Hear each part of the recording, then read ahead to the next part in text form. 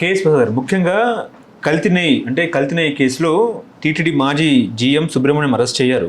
Procurement విభాగంలో చక్రం తిప్పిన అధికారి, తిరుపతిలో అదుపులో తీసుకున్న సిట్. అదేవిధంగా ఏంటంటే నేను 30 సార్లు అయ్యప్ప మాల వేసుకున్న లడ్డు విషయంలో లై డిటెక్టర్ చేసిన టెస్ట్కి నేను రెడీ అన్నట్టు కూడా వైవి సుబ్బారెడ్డి మాట్లాడుతున్నారు. కల్తీ నెయ్యి ఘటనలో నిజాలు తెలియజేయడానికి సుప్రీంకోర్టులో పీలు కూడా వేశారన్నట్టు కూడా మాట్లాడుతున్నారు సుబ్బారెడ్డి గారు. ఏం చెప్తారు సార్ దీని మీద? ఇప్పుడు ఆయన అడిగింది సిబిఐ ఎంక్వైరీ అడిగింది ఆయనే. సుప్రీంకోర్టుకి ఫస్ట్ డోర్ నాక్ చేసింది ఆయన ఈ కల్తీ లడ్డు విషయంలో ఇంత అపచారం ఉన్న దాని మీద. ఆయనకే పిలిచి ఎంక్వైరీ అంటే ఎలా ఉంటుందంటే గతంలో చూడు ఇప్పుడు వేమిరెడ్డి గారి దగ్గర పనిచేస్తున్నాను పట్టుకొచ్చి సుబ్బారెడ్డి గంట కట్టినట్టే ఉంటుంది. ప్రొక్యూర్మెంట్ డిపార్ట్మెంట్లో అతను అరెస్ట్ చేశారు సుబ్రహ్మణ్యాన్ని అరెస్ట్ చేస్తే ఏముంది దాని లావాదేవీలు దానికి సంబంధించిన ఇష్యూస్లో ఎవరినైతే తీసుకొచ్చారు ఇప్పుడు లేనిపోని కథలు పెట్టకథలు వాళ్ళు ఆ సిట్ అధికారులు కానీ లేదా సిబిఐ అధికారులు కానీ సమన్వయంతో చేస్తున్న ఏ అధికారిని బయటకు వచ్చి ప్రెస్ మీట్ పెట్టి చెప్పాడే అట్లాంటి ఏం లేదు. అవి లేనప్పుడు ఈ పెట్టకథలన్నీ ఎందుకు సార్ టైం వేస్ట్ కాక అది పార్ట్ ఆఫ్ ఇన్వెస్టిగేషన్లో they will definitely call all chairmans పిలుస్తారు అడుగుతారు. దాని మీద ఉన్న పూర్వపరాలనే చేసి మీరు దగ్గర అవుట్కమ్ లేకుండా ఏం చేస్తారు చెప్పండి. అక్కడ అపచారం జరగలేదు అన్నదాన్ని అవ్వంది అయినట్టుగా చూపించే ప్రక్రియ తెరలేపబడింది. ఈ ప్రక్రియలో ఏమవుతుంది ఎక్కడైనా సరే ఎండదాకా తెగిదాకా లాగడమే మిగులుతుంది, అంతకన్నా ఇంకేం లేదు. అంటే వైవీపీఏ చిన్నప్పనతో కలిసి దందాలు చేస్తున్నట్టు నిర్ధార అయినట్టు కూడా చర్చలోకి వస్తున్న పరిస్థితి. ఎవరితోనూ వైవీపీ అప్పనతో సుబ్రహ్మణ్యం గారు ఎవరైతే ఉన్నారో అధికారి ఆయనతో చేతులు కలిపి దందాలు చేసినట్టు నిర్ధార అయినట్టు కూడా వార్తలు వస్తున్నాయి. అప్పుడు ఆయన పనిచేసాడు లేదు కనుక్కోసారి.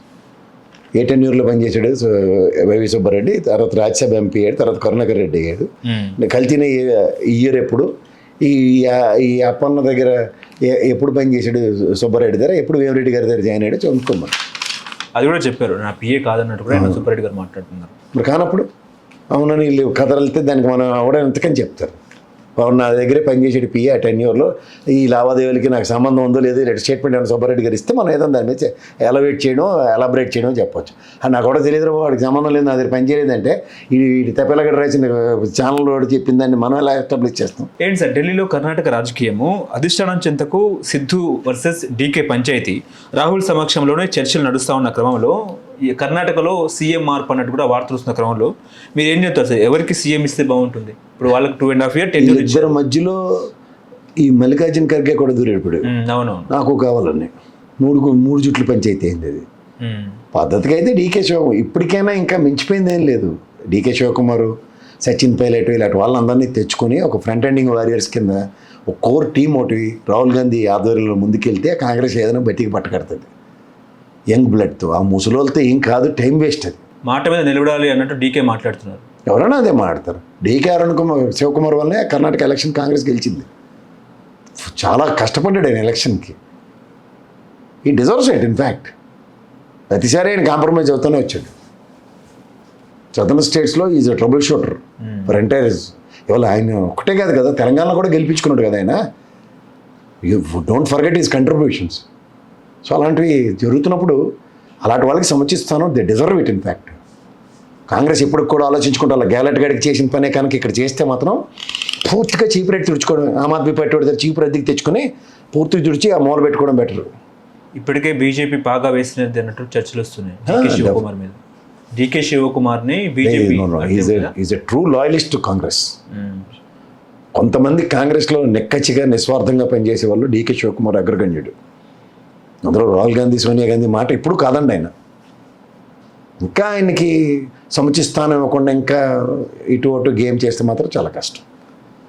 అంటే ఆయన మీద సిబిఐ కేసులు ఉన్నాయి కాబట్టి రాహుల్ గాంధీ వెనక్కి తగ్గుతున్నారు అన్నది కూడా అంత సీన్ లేదు. సిబిఐ కేసులు అంటే అందరి మీద ఉంటాయి కేసులు. గవర్నరే తెరబడిపోయాడు కదా సిద్ధరామయ్య మీద. అయితే ఏ ల్యాండ్లు అవి దేని ల్యాండ్ ఇష్యూలో ఏమైంది తీసేయాలి కదా. అప్పుడు అధిష్టానం కోతాట్లు ఆడడం మనండి. ముసలోళ్ళ మాట వినకుండా రాహుల్ గాంధీ సొంత నిర్ణయం తీసుకోమనండి. ఆ ముసలోళ్ళతో ఏం కాదు, దమిడికి పనికిరాని వాళ్ళు.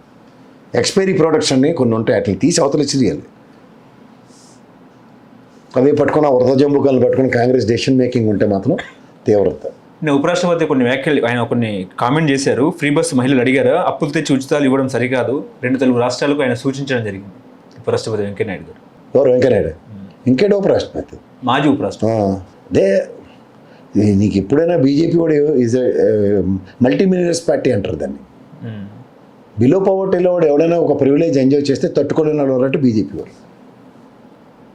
ఇప్పుడు రాష్ట్ర ప్రయోజనాలకు చూడు, వెనకబడిన రాష్ట్రం కింద మనకి జిల్లాలకు ఇచ్చిన డబ్బులే వెనక్కి పెట్టుకెళ్ళిపోయారు వాళ్ళు. ముందు అటు ఇటుకో బుడుకో ఇల్లు ఉన్న పంచాయతీ ఏదో తేల్చుకోమనండి ఫస్ట్, తర్వాత ప్రవచనాలు బాగా చెప్పొచ్చు. ఓకే. అలా బండారు దత్తాత్రేయకి మీకు సురక్షితంగా గోవపెట్టలో బాగా చేశారు. ఒక గవర్నర్ని ఇంకొకరికేమో ఉపరాష్ట్రపతి ఇచ్చి. ఓకే. చేత ప్రవచనాలు చాలా బాగుంటాయి చెప్పడానికి. ఉచిత బస్సు కాకపోతే ఇంకో ఆల్టర్నేటివ్ క్రియేట్ చేయండి, చేసి ఇవ్వండి, తప్పే ఉంది. కొత్త జిల్లాల గెజెట్ కూడా వచ్చినట్టుంది ఏపీలో. మనం మాట్లాడుకున్నాం కదా సార్. వచ్చేస్తాయి వాళ్ళకి. కలెక్టర్ గారు మాత్రం తయారు. వీళ్ళ పరిధిలో ఉన్న రెవెన్యూ డివిజన్స్ చేయమని సార్ ఫస్ట్, తర్వాత జిల్లాల సంగతి తర్వాత ఆలోచన. తెలంగాణలో వచ్చినట్టు కొత్త కలెక్టర్ ఆఫీస్ వస్తాయేమో. ఇక్కడ కూడా ఎక్కడ అలొకేషన్ రేవంత్ రెడ్డి గారు మొత్తుకున్నారు కదా నాకు కలెక్టర్లు కావాలని. 8 అడిగితే ఒకళ్ళు ఇచ్చారు. భవనాలు కట్టారు. భవనాలు కట్టారు అంతే. ఎస్పీ ఆఫీసు, జిల్లా కలెక్టర్ ఆఫీస్ కంపల్సరీ కావాలి కదా లాంటి. ఈ ప్రమోటెడ్ కన్ఫర్ట్ ఐఏఎస్ని వేస్తారు అక్కడ, అసిస్టెంట్ కలెక్టర్లు జాయింట్ కలెక్టర్లతో నడిపిస్తూ ఉంటారు.